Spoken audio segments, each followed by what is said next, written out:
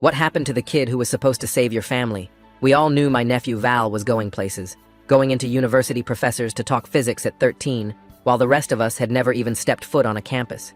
He'd teach his older cousins about their math homework while playing online chess on his phone.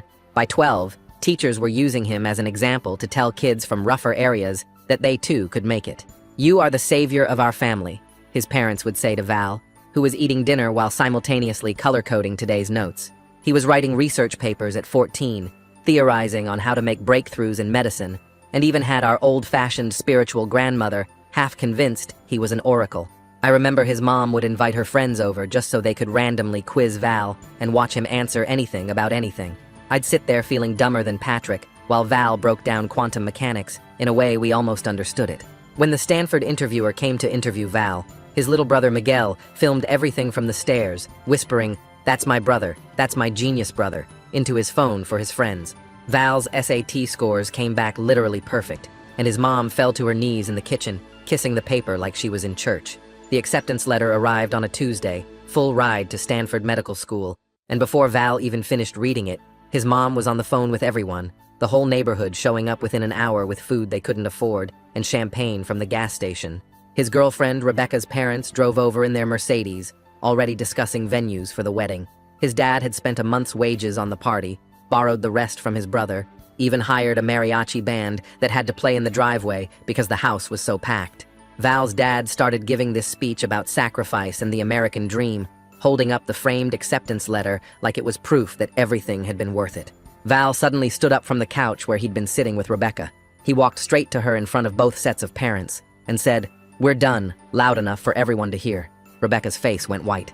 "This whole thing, us, everything, it's over," Val continued, pulling the Stanford letter from his dad's hands and walking out the front door. You could hear a pin drop. Everyone was looking at each other like what the hell happened. Next thing we knew, Rebecca was sobbing, and her parents were blaming her, demanding her to confess what she'd done to make Val quit like that. Suddenly, all the fingers were pointed at her. Even stranger, for 3 days, nobody knew where Val went. He turned his phone off and blocked Rebecca on everything. The Stanford admissions office was calling his mom about enrollment deadlines while she lied that he was sick, buying time for the prayer she didn't believe in anymore. That's when I found him. By accident, 72 hours later at a 24-hour diner 40 miles away, sitting in the back booth with 7 prescription bottles lined up on the table. 8 years old, he said when I sat down, not even looking up from the pills he was counting. That's when they started me on Adderall. I asked him what he was talking about, and that's when he finally revealed it. He had ADHD and needed medication to maintain his super genius academic status, but the medication damaged his insides. It wasn't just Adderall, he said. By 10, his parents were forcing him to take modafinil, then stuff that's not even legal by 13, all to keep him focused. Mom and Dad were sitting right there when my doctor said my liver would fail by 30 if I kept taking the meds. I looked at him with extreme sorrow. You know what Mom said when the doctor warned them? Val laughed, but it sounded like choking. She said 30 years is enough time to establish a practice, and Dad said at least I'd die a doctor. That's when he showed me Miguel's texts, how his little brother had caught him injecting medication directly into his veins because the pills stopped working. The real reason I walked away from everything, Val said, pressing another napkin to his nose, wasn't just that I would be dying, wasn't even that they knew and didn't care, wasn't even how my relationship was arranged by my parents. It was what my little brother showed me the night before the party. He pulled up a video on his phone of Miguel at his desk, books everywhere, and an empty pill bottle in frame. Mom already took him to the doctor, already got him diagnosed with ADHD he doesn't have, and already filled the prescription for the same pills that are killing me. Because if I became a doctor, if I proved the sacrifice worked, then they'd do the exact same thing to him. I stared at him in shock.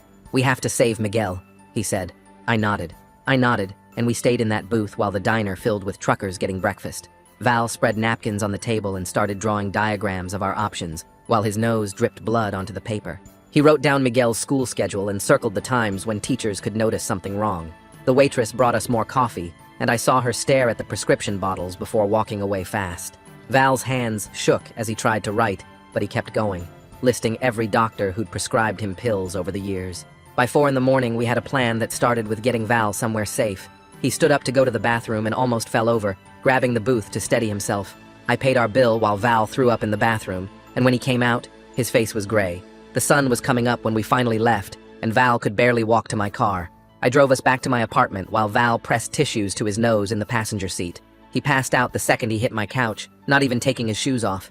I called my boss and told him I had a family emergency, which wasn't really a lie.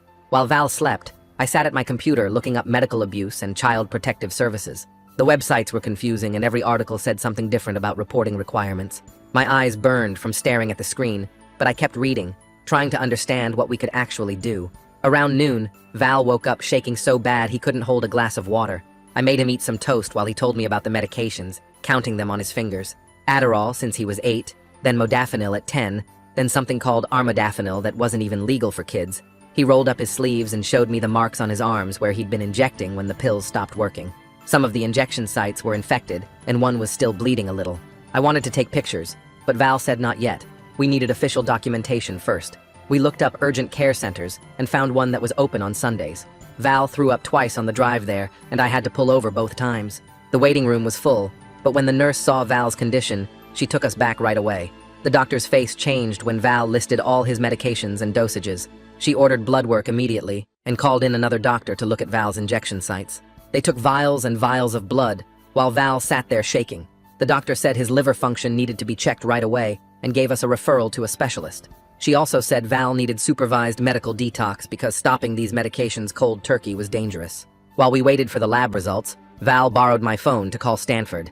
His parents had been calling them saying he was sick, but Val needed to tell them the truth. The admissions officer sounded confused when Val explained he needed to discuss his enrollment. They scheduled a video call for next week, and Val's whole body shook as he hung up. He knew this could cost him the full ride scholarship his family was counting on. The lab results came back within an hour, and the doctor's face was serious. Val's liver enzymes were elevated, and there were other markers that showed his body was stressed. She printed out everything and said Val needed to see a hepatologist immediately. She gave us 3 different specialists' names and said this was urgent. I took pictures of every paper, every test result, every referral with my phone. That evening, we were back at my apartment when both our phones started ringing nonstop. Val's mom was calling and leaving voicemails about how we were destroying everything. His dad's messages were angry, saying Val owed them after everything they sacrificed. Val listened to one where his mom mentioned increasing Miguel's dose and threw his phone across the room. It hit the wall and the screen cracked, but it kept ringing. I texted Val's mom that he was safe, but needed space to get medical help. Her response was instant. Paragraphs about ungrateful children and ruined dreams and destroyed futures. Val read them over my shoulder and pointed out something I hadn't noticed. Not one message asked if Val was okay or what was wrong with him.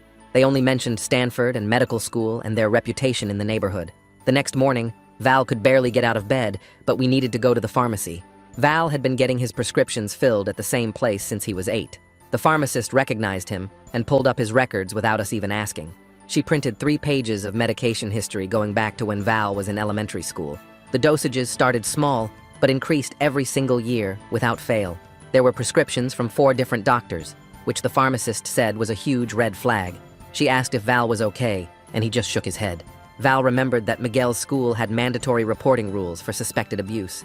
If we could get someone there to notice Miguel's situation, they'd have to report it. But Val was getting worse every hour from the withdrawal symptoms. His nose wouldn't stop bleeding, and he was throwing up constantly. I drove him to the emergency room where they took one look at him and admitted him immediately. The intake nurse said supervised detox from these medications could take days or even weeks. They gave Val a room on the 3rd floor and started hooking him up to machines, while I sat in the hard plastic chair, watching nurses come and go with bags of fluids and medications. The doctor said they'd monitor him for at least 72 hours, which meant I had time to do something about Miguel before things got worse.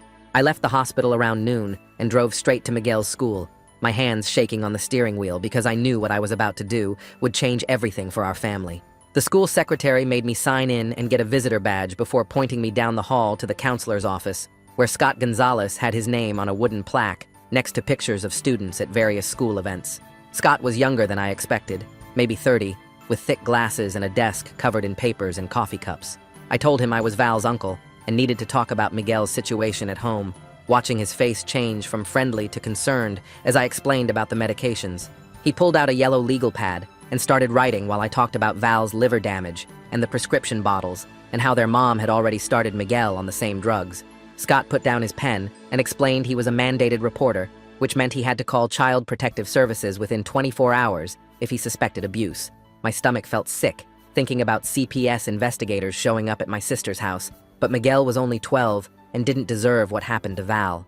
Scott said CPS would investigate, and could require medical evaluations and family services, but the goal was keeping families together while protecting kids. I left his office feeling like I'd crossed a line, but drove back to the hospital where Val was awake and scrolling through his phone with an IV in his arm. He showed me 23 texts from Rebecca asking what was really going on and saying her parents were losing it about the wedding plans they'd been making. Val hadn't answered any of them, but I could see his face looked sad as he read her messages over and over. The next morning, Dr. Thora Allen came to examine Val, a tall woman with gray hair who looked at his medication history with her eyebrows getting higher with each page. She ordered more blood work and an ultrasound of his liver, then sat down to explain that while his liver was still working, it showed clear signs of stress that would have become serious damage if he'd kept taking the medications. She documented everything in his chart and said she'd write a detailed report for his medical records that could be used as evidence if needed. That afternoon, Val's parents showed up at the hospital, demanding to see their son, but the nurse at the desk checked her computer and said Val had put them on the no-visitor list. His mom started wailing in the lobby about being kept from her sick baby, while his dad threatened to call lawyers and sue the hospital for violating their parental rights. Security guards came up from the first floor and stood there while other families stared and nurses whispered behind the desk. The guards walked them to the elevator while his mom screamed that we were destroying the family, and his dad kept saying they'd make us pay for this. That night, after visiting hours, I stayed with Val, even though I wasn't supposed to, and watched him have a full panic attack about who he was without the drugs. He kept saying he could feel his mind getting slower and dumber, and that without being the genius, he was nothing to anyone. His breathing got so bad, the nurse had to give him something to calm down, while I sat there telling him that regular people who don't inject stimulants still have value and purpose. He cried himself to sleep, holding my hand like he was 5 years old again. 3 days later, they discharged Val with a thick folder of paperwork, including treatment plans and referrals to addiction counseling and support groups. We stopped at my apartment so he could shower and change into clean clothes before our appointment at the community clinic with Marina Wu. Val's hands shook as he buttoned his shirt, and he threw up twice from nerves before we even left the apartment. Marina Wu's office was in a building that used to be a bank with thick walls and small windows that made everything feel serious and official. She was maybe 40 with kind eyes, but a professional way of taking notes that made it clear she'd heard stories like ours before. Val showed her the video of Miguel with the pill bottle, and she stopped writing immediately to watch it 3 times. She said she needed to file a mandated report right away and started filling out forms on her computer while explaining this would trigger a CPS investigation within 48 hours. Val asked if Miguel would be taken away, and Marina said removal was always the last option and they'd try family preservation services first. She left to make phone calls to CPS, and that's when Val completely broke down for the first time since everything started. He sobbed into his hands, saying he was destroying his family and ruining his parents' lives, but he couldn't let them do to Miguel what they'd done to him. I held him while he cried about the empty pill bottle in Miguel's room, and their mom already calling him unfocused and lazy, just like she'd done with Val before the medications started. Marina came back with more paperwork and explained that CPS would interview Miguel at the school without the parents knowing first, then investigate the home and require medical evaluations for both boys. She said the investigators were trained to work with families, and the goal was getting parents education and support, not punishment. Val asked what would happen to his parents, and Marina said it depended on their cooperation, but most cases ended with safety plans and services, not criminal charges. We walked out of that clinic into the bright afternoon sun, and Val's phone started buzzing like crazy in his pocket. He pulled it out and showed me the screen. 43 missed calls from his parents and Rebecca, plus texts that kept coming faster than we could read them. Val stared at his phone for a long minute before typing something to Rebecca, just asking if she could meet him tomorrow, because he needed to explain everything. She texted back immediately saying yes and asking if he was okay, but Val just put his phone away, and we drove back to my apartment in silence. That evening, while I was making dinner, Scott called to tell me CPS had already contacted him and would be interviewing Miguel at the school tomorrow morning. He kept reassuring me that Miguel wouldn't be scared or hurt by it, that the investigators were trained to talk to kids in a way that made them feel safe, but I couldn't stop my hands from shaking as I stirred the pasta. I didn't sleep at all that night, just laid there staring at the ceiling thinking about what we'd started and whether we'd made things better or worse for Miguel. The next morning, Val borrowed my car to meet Rebecca at a coffee shop downtown while I waited outside in case he needed me. Through the big window, I watched Rebecca's face change as Val talked, first confused, then shocked, then something that looked like horror when he must have told her about the injections and liver damage. She stood up at one point, and I thought she was going to walk out, but then she sat back down and reached across the table to take his hand. They sat there for maybe 20 more minutes before they both came out to the car together. Rebecca looked right at me, and said her parents had been pushing the whole relationship because they wanted genius grandchildren, that they'd been planning this since she and Val were kids. She was mad about being used like that, but more worried about Val's health, asking if he was seeing doctors and getting help. She told Val she'd support whatever he needed to do, even though they weren't together anymore, and that she was sorry his parents had done this to him. My phone started ringing while Rebecca was still talking, and I saw it was Val's mom calling. The second I answered, she was screaming that CPS had shown up at Miguel's school, demanding to know what we'd done, calling us traitors, and saying we were just jealous of Val's success. I tried to explain, but she kept yelling louder and louder, switching to Spanish curses I'd never heard her use before, so I just hung up. My hands were shaking so bad I almost dropped the phone. About an hour later, Scott called back with an update, his voice calm but serious. He said Miguel had been really cooperative with the investigators, that he'd admitted his parents made him take medicine that made him feel sick, and even showed them a hidden stash of pills he'd been pretending to swallow, but actually hiding in his backpack. Scott said CPS was putting a safety plan in place that meant Miguel couldn't take any more medications without a full medical evaluation from a new doctor first. That evening, I was sitting on my couch trying to process everything when someone knocked on my door. It was Val's dad, looking tired and older than I'd ever seen him. He was calmer than his wife, but still angry, saying we didn't understand the pressure they were under, how they'd given up everything to come to this country, and their kid's success was the only way out of poverty. Val stood up from the couch and told his dad that killing your children for success wasn't success at all. His dad's face got red, and he started saying they did what any good parent would do to make sure their kids had futures, that plenty of parents gave their kids medication to help them focus. Val pulled out the thick folder of hospital paperwork and shoved it at his dad, asking if a good parent would knowingly poison their child. His dad's hands shook as he read through the pages about Val's liver damage, the elevated enzymes, the warnings about permanent organ failure. I watched his face crumble as he kept reading, his eyes moving slower and slower over the medical terms until he finally looked up at Val with tears in his eyes. He admitted they knew about the liver warning from the doctor years ago, but thought he was just being dramatic, that lots of kids took these drugs and turned out fine.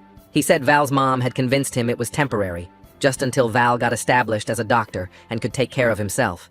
He looked so much smaller standing there in my living room, like all the air had gone out of him, as he realized what they'd really done to their son.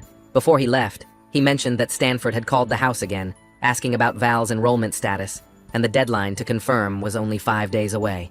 Val said quietly that he didn't know if he could handle medical school without the drugs, if he was even smart enough without them.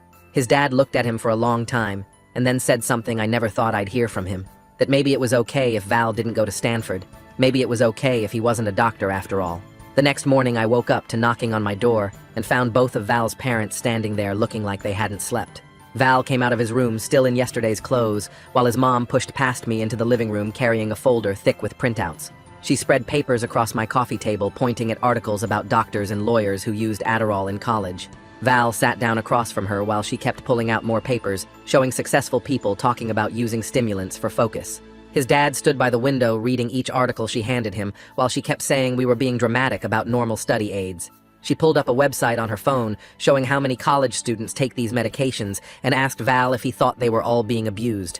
Val picked up one of the articles and pointed to where it mentioned prescribed doses, while showing her the medication history we'd printed with his doses circled in red. His mom pushed the papers away and stood up, saying everything they did came from love and wanting him to have opportunities.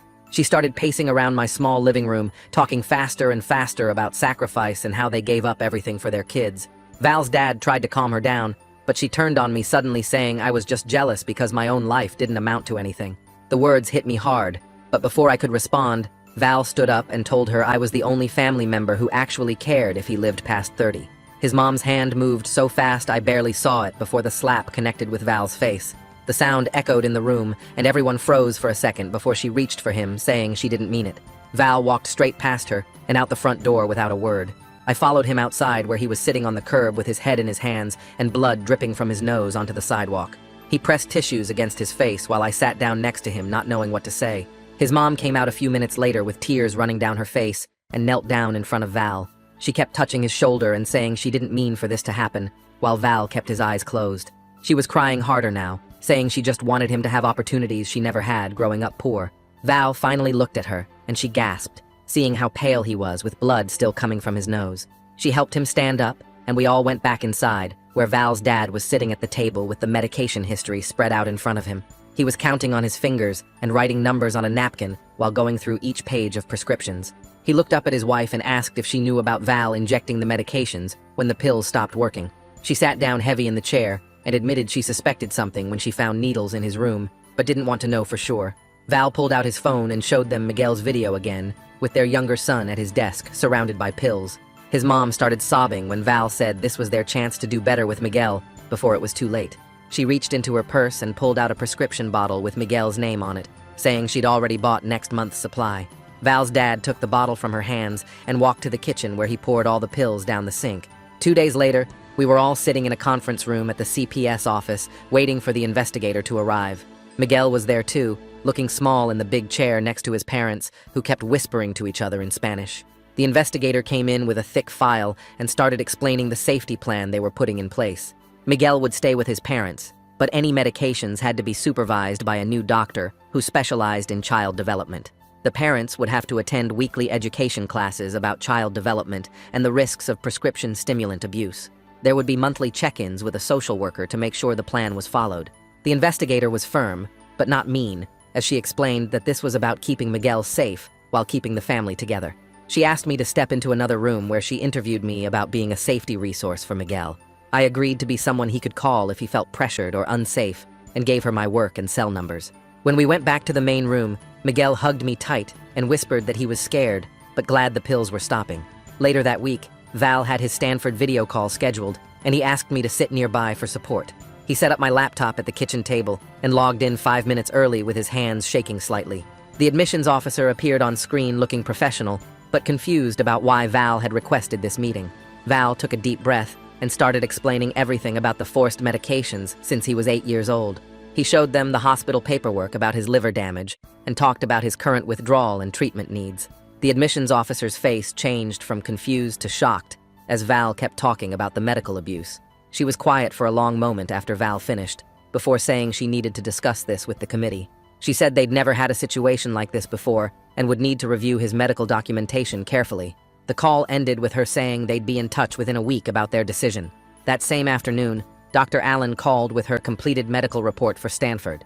She said Val needed at least 6 months of treatment and recovery before he could safely handle the stress of medical school. She recommended a gap year minimum, but said with proper treatment, Val could still pursue medicine if he wanted. Val seemed relieved when I told him what she said, like he finally had permission to slow down. The next day, Rebecca's parents called Val asking for a meeting to understand what happened at the party. Val agreed, but asked me to come along for support, which I was happy to do. We met them at a coffee shop downtown where they were already waiting in a back booth looking serious. Rebecca's mom started asking questions immediately about why Val had broken up with their daughter so publicly. Val explained about the medical abuse and showed them some of the documentation about his liver damage. They looked shocked, but Rebecca's mom kept bringing the conversation back to how this affected their daughter's reputation. She said people were talking about Rebecca being dumped, and it was embarrassing for their family. Val apologized for the public breakup, but said he wasn't thinking clearly after years of forced medication. Rebecca's dad seemed more concerned about whether Val would still become a doctor, since they'd been planning a future together. Rebecca suddenly stood up and looked straight at her parents and told them she was actually glad the relationship was over because she wanted to pick her own boyfriend someday. Her mom's mouth opened to argue, but her dad put his hand on her arm and said maybe they all needed to think about what success really meant if it was making everyone miserable. Rebecca walked around the table and gave Val a quick hug before leaving with her parents, and I heard her tell him she hoped he'd get better as they walked out. The next morning, Val had his first appointment at the outpatient therapy center downtown, where they specialized in addiction recovery and trauma. The therapist was this older woman who took notes while Val explained about the pills since he was 8, and she said it would take months just to figure out who he really was without all those drugs in his system. Val's hands were shaking when he signed up for 3 sessions a week plus group therapy on Saturdays. A week went by, and then Miguel had to go see a new doctor for his independent medical evaluation that the court ordered. The pediatrician ran a bunch of tests and checked Miguel's grades and talked to his teachers and found 0 evidence that he had ADHD or any learning problems at all.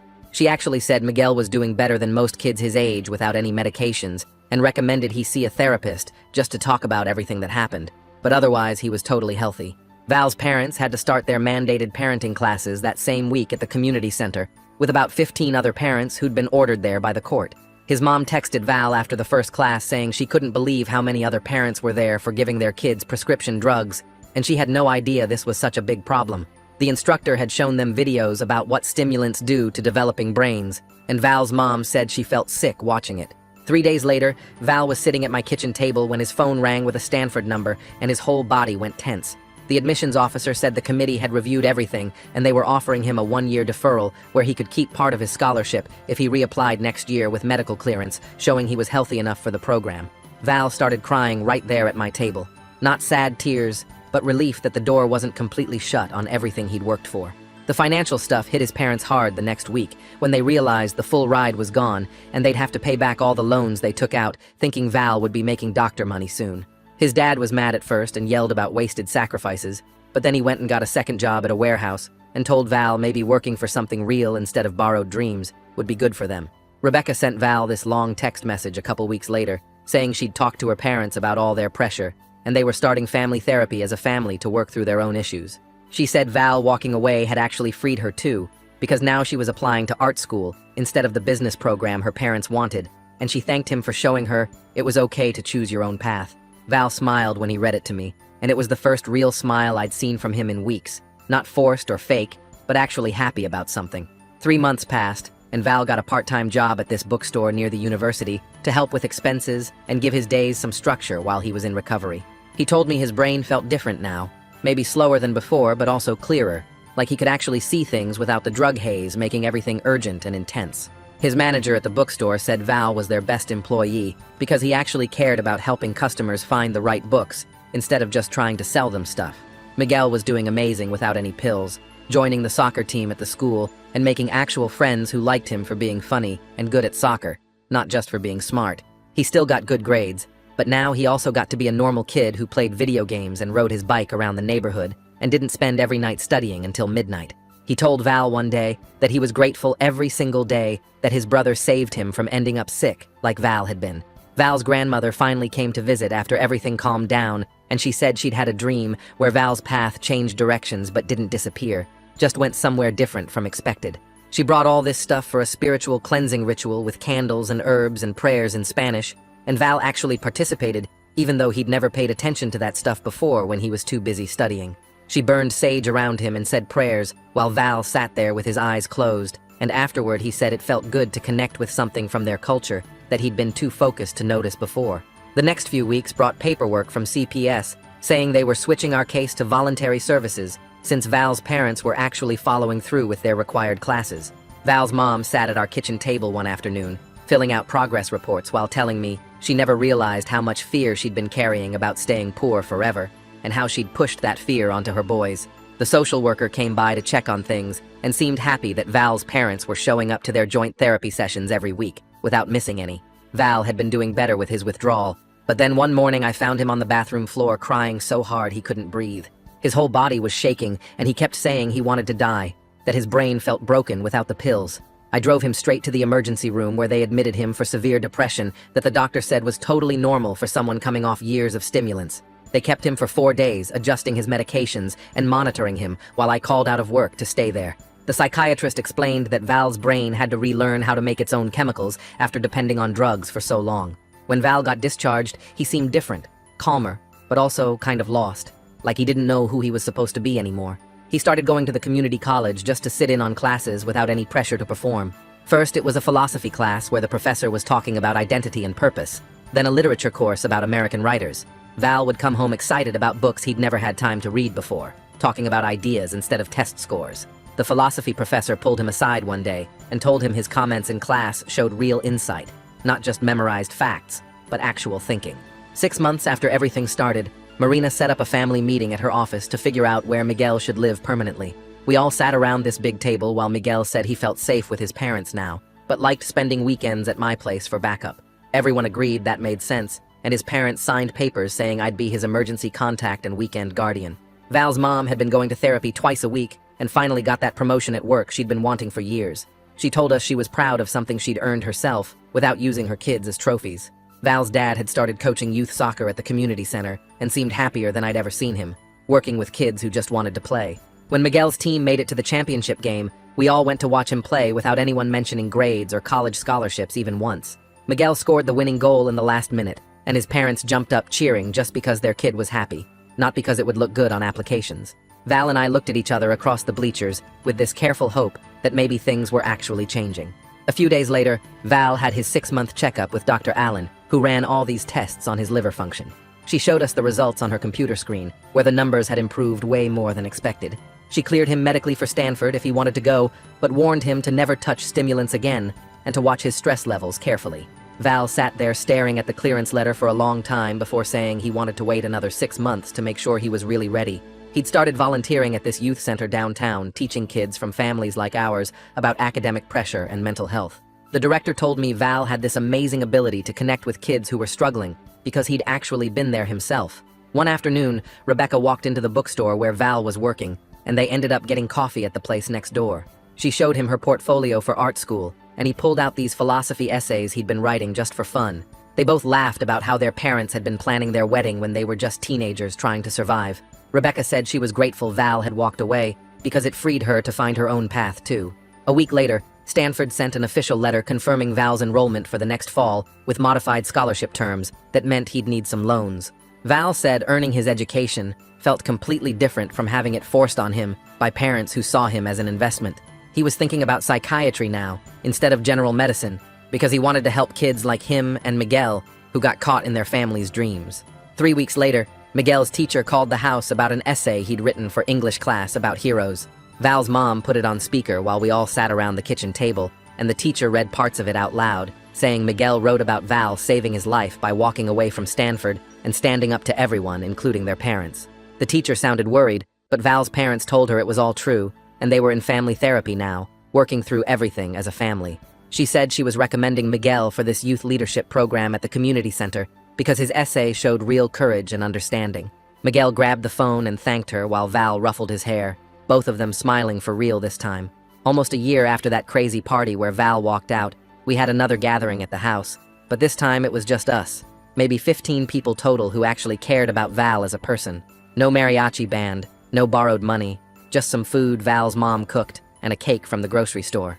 Val stood up and read his Stanford acceptance letter out loud, calm and steady, without that frantic energy from before when he was high on stimulants. His hands weren't shaking and his nose wasn't bleeding, and he actually looked healthy for the first time in years.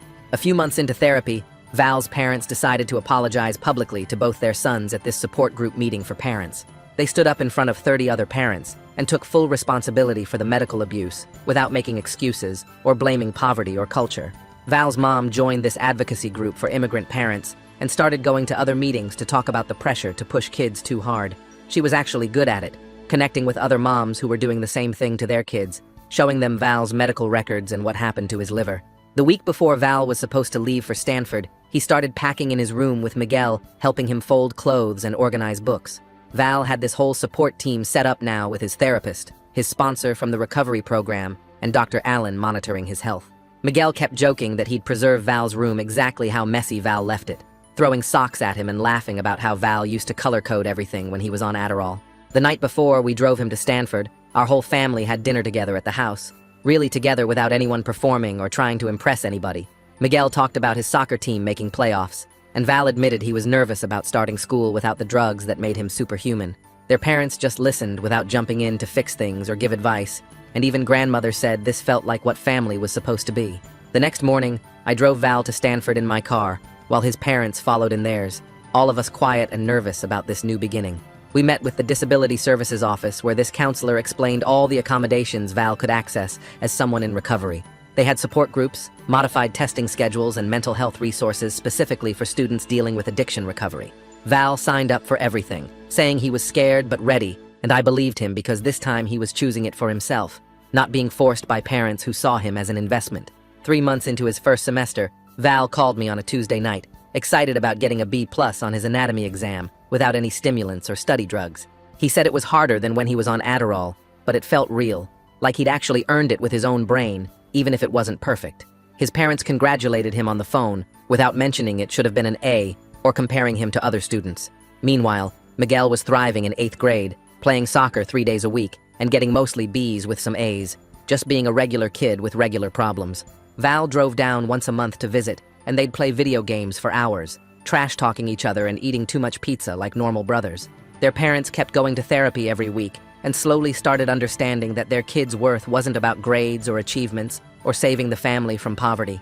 The family wasn't perfect, and probably never would be, but at least it was honest now. Everyone trying to do better without pretending everything was fine when it wasn't. Thanks for letting me poke around these questions with you today. Really hope my little wonderings were worth your time. I'll catch you next time. Subscribe for more content like this.